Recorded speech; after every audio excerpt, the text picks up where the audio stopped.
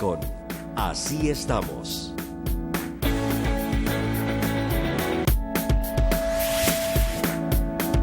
Comunícate con nosotros. Queremos conocer tu opinión.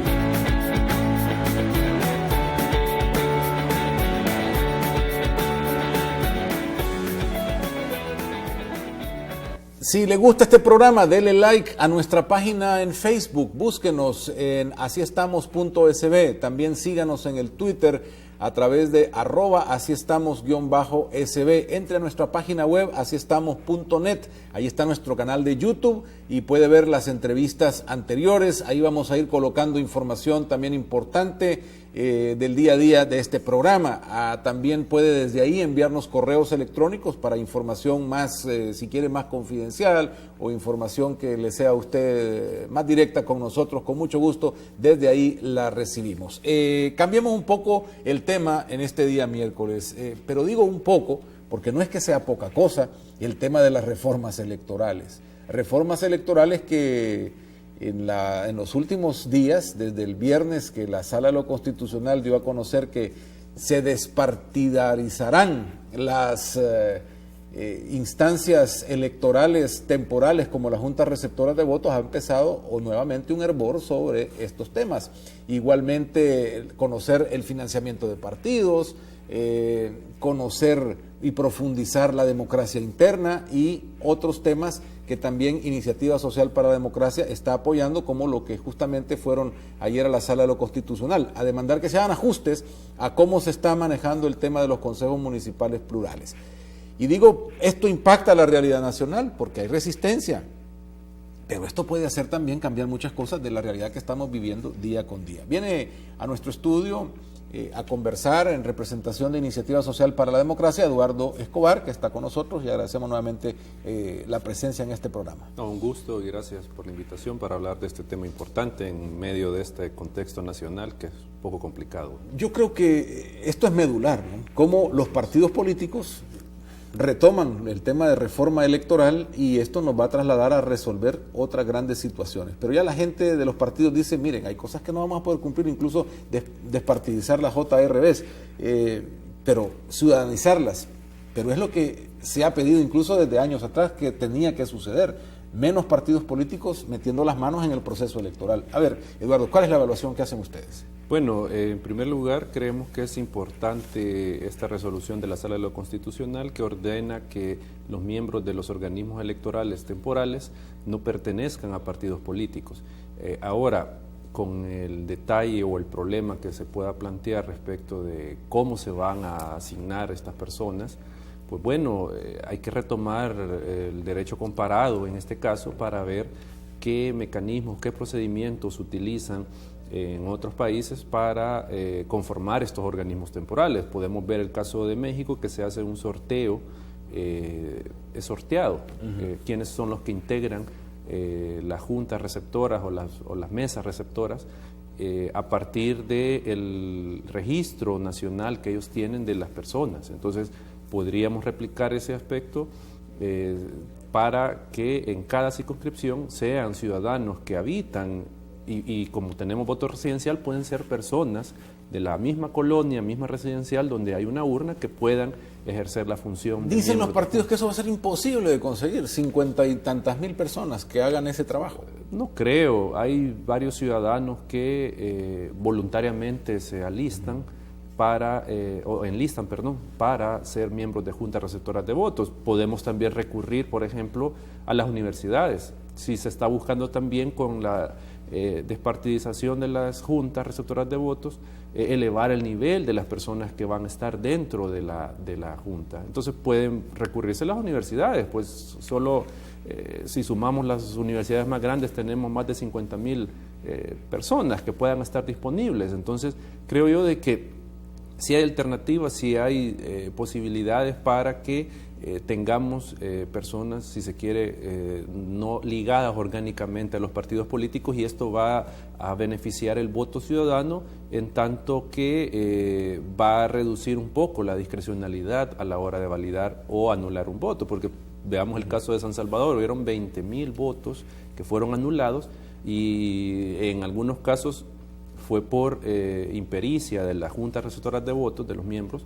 y en otros pues obviamente por aquella cuestión política de cómo le anulo votos a mi adversario. Entonces creemos que sí hay una posibilidad real de que esto se concretice. Tenemos cerca de 3 años pues para pensar el mecanismo o la forma de solucionar esta sentencia. ¿Podría ser por vía de ese mecanismo, ¿cómo le llaman? Insaculación, es decir, que obliguen al ciudadano, como cuando te obligan a ser parte de un jurado, que si uno no va, pues tiene repercusiones? Si no mal recuerdo, en el caso mexicano, es obligación del ciudadano cuando sale sorteado asistir, porque es una función pública la que usted ejerce el día que está en la mesa. O sea, no es una función, y lastimosamente sí ha sido, una función en favor de un partido político, ¿no? Si es en función de la ciudadanía, en función de la democracia, una función pública, por lo tanto, la que usted ejerce el día de las elecciones. Entonces, habría que pensar eso. Recordemos que el ejercicio del sufragio es obligatorio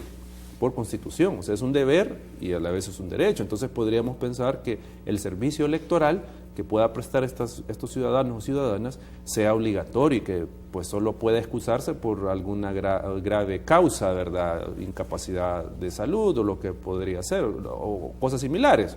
Pero creo yo de que contamos, y lo repito, creo que contamos con el tiempo para buscar la mejor solución para cumplir con esta sentencia y tener organismos electorales temporales que no sean partidarios. A los partidos parece que se les está haciendo difícil tragar todas estas reformas, Eduardo.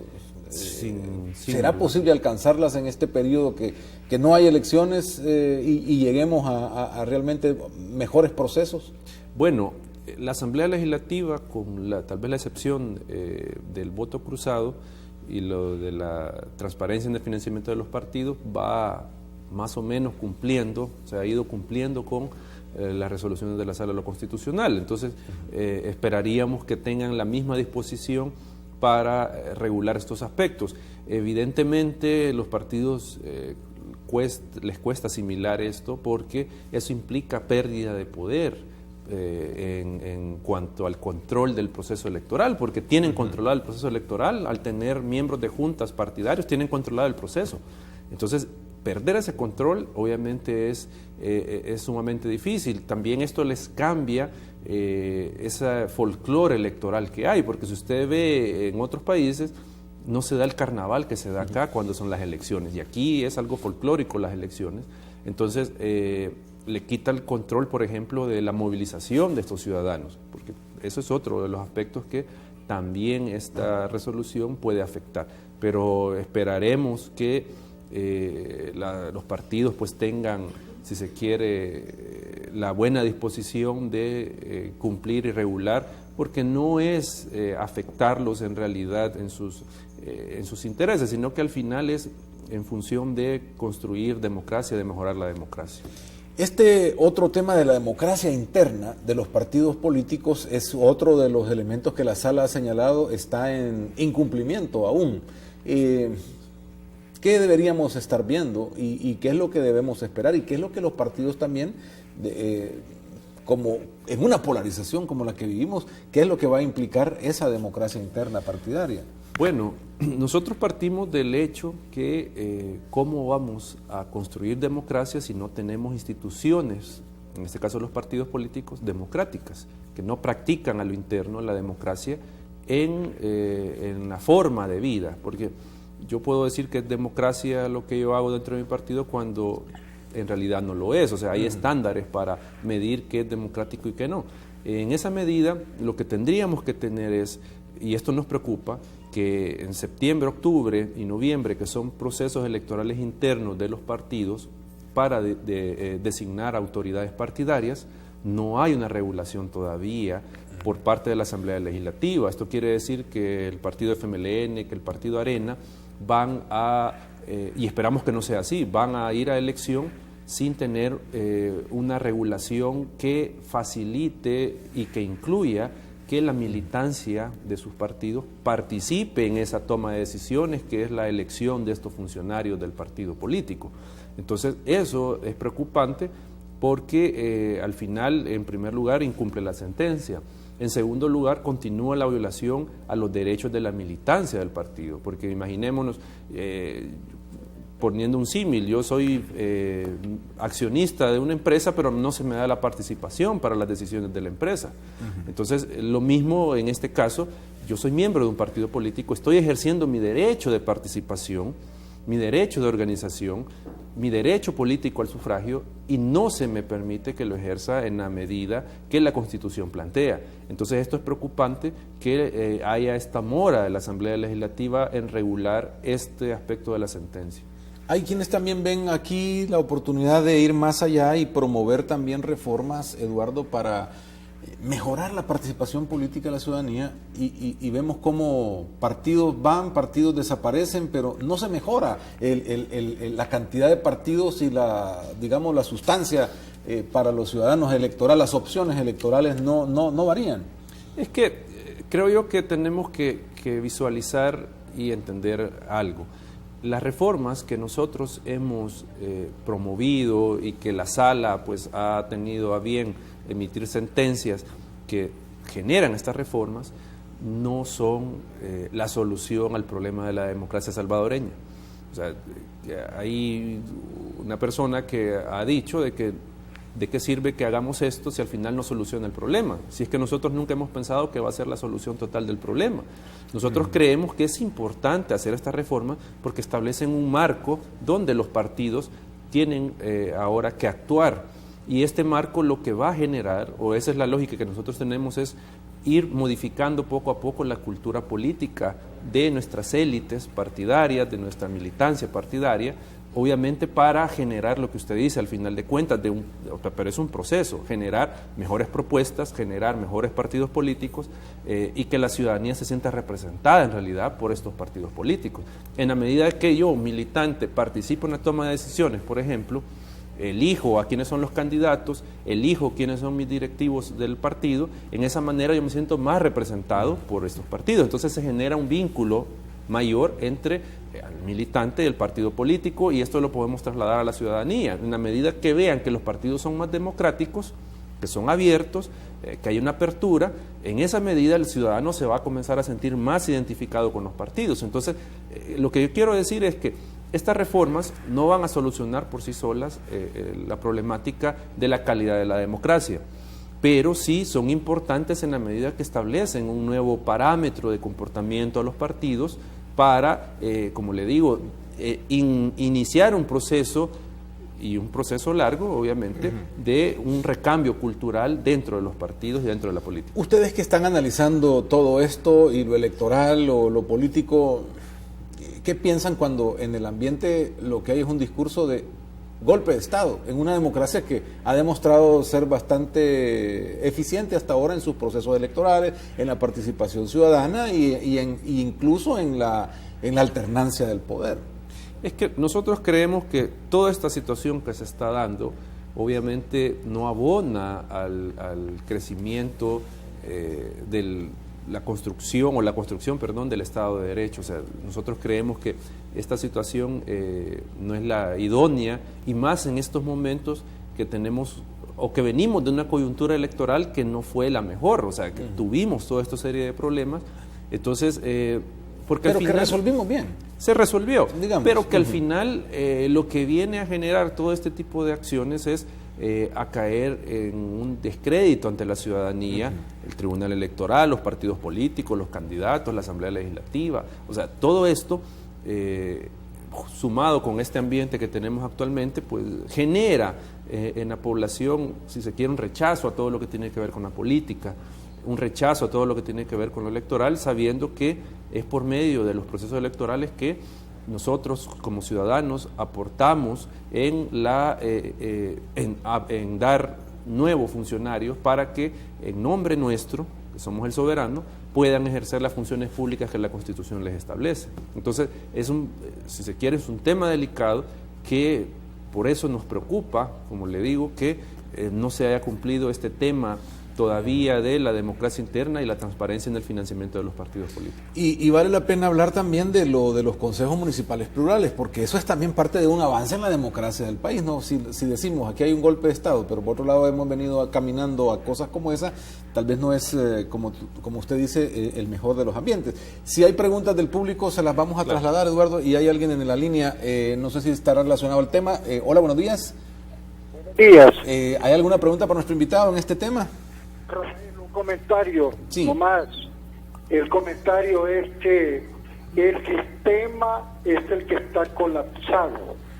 Todo el sistema, dígase partidos políticos, formas de gobierno, formas de ejército, formas de policía, eso es lo que está colapsado, definitivamente, porque todas estas estructuras han sido infiltradas por la delincuencia, y la delincuencia tiene varios ramales, no solo simplemente las maras.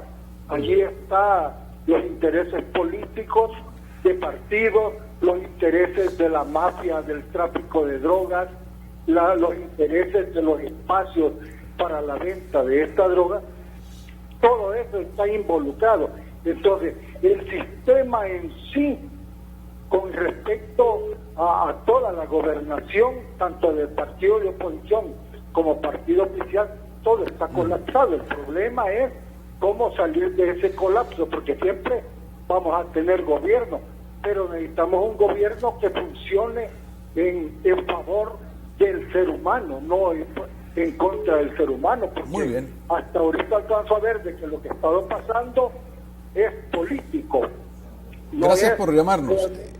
Muy amable, perdón por el tiempo, para aprovechar aún más nuestro invitado que te dé respuesta a esa inquietud. Creo que es muy acertado el comentario del caballero. Es que en realidad el sistema político pues tiene una serie de problemas y problemas muy graves. En ese sentido es que nosotros vemos importante, y por eso desde Iniciativa Social para la Democracia, el Foro Intersectorial, estamos empujando la reforma electoral, porque ese es el camino, esa es la entrada al sistema político. O sea, no me puedo convertir en candidato o en funcionario público, si no soy candidato y vengo propuesto en una elección, ya sea por un partido o de forma independiente. O sea, entonces, para tratar de modificar ese comportamiento del sistema político, de los actores del sistema, es que obviamente hay que iniciar, perdón por lo que voy a decir, pero hay que iniciar por el inicio, hay que irnos al inicio, y todo comienza por el proceso electoral. O sea, quienes conforman el sistema político provienen del sistema electoral, o sea, ahí es donde se da la entrada, y por eso nuestro interés en transparentarlo, democratizar ese acceso al ejercicio del poder político. Ustedes están demandando en la Corte, en la Sala de lo Constitucional, que se declaren constitucional algunos artículos, porque tampoco se ha aplicado bien el tema de los consejos plurales y el tema de los candidatos no partidarios. Así es. ¿Qué ven ahí, Eduardo? Es que lo que pasa es que, a nuestro juicio, hay un principio constitucional en cuanto a la representación política que hacen los funcionarios respecto de del pueblo. En este caso, para nosotros, esa representación en un organismo colegiado como es la Asamblea Legislativa y los consejos municipales tiene que ser proporcional a la cantidad de votos que tenga el partido. O sea, el respaldo popular que tiene un partido se tiene que ver reflejado en igual proporción en el ejercicio del poder, en las cuotas de poder que se le asignan. En el Consejo Municipal, si bien se avanzó, porque ahora está la posibilidad de que lo integren varios partidos políticos, pero esa integración no se da de forma proporcional al respaldo popular que tuvo el partido. Hay un caso que se plantea en la demanda que el partido político obtuvo 25% de los votos válidos, y con ese 25% de los votos válidos obtuvo cerca del 70% de los puestos en el Consejo Municipal. O sea, estamos viendo que hay una ¿Es un error de la fórmula o es un error de mala interpretación? No, es la misma fórmula, porque mezclan un principio proporcional con uno mayoritario. Al partido político que obtiene la victoria en elección municipal se le da alcalde y síndico. Pero estos dos cargos no están fuera del consejo, o sea, toman decisiones. Entonces, si usted suma después al alcalde y el síndico y el número de concejales que por ley le corresponden, eso quiere decir que el partido político que gana la elección, obtiene un gran poder dentro del gobierno municipal. pero también tiene su contraparte. Eso implica, en el caso que yo les señalaba, que la oposición política en ese municipio tiene cerca del 75% de los votos válidos a su favor y solo tienen un 33% del poder a nivel local. O sea, hay una desproporción que al final no solo afecta ese principio constitucional, sino que afecta la igualdad del voto, porque estos ciudadanos que votaron por el partido ganador, que solo representan el 25% de los votos, esos obtienen un mayor resultado porque tiene más poder el partido por el que votaron. Sí, si esto no se hace bien, nos va a desnaturalizar. Exacto. Esto de los representación, distorsiona la representación a nivel municipal. Entonces, eso es lo que se planteó. Tenemos otra llamada. Hola, buenos días. Buenos días, señor. Me gusta su programa y quiero opinar allí sobre el tema. Yo soy sargento de la contrainteligencia contra los tiempos de la guerra. A ver, pero estamos ahorita en el tema de las reformas electorales. No sé si sobre eso me querés opinar. Si no, en breve regresamos con los otros temas.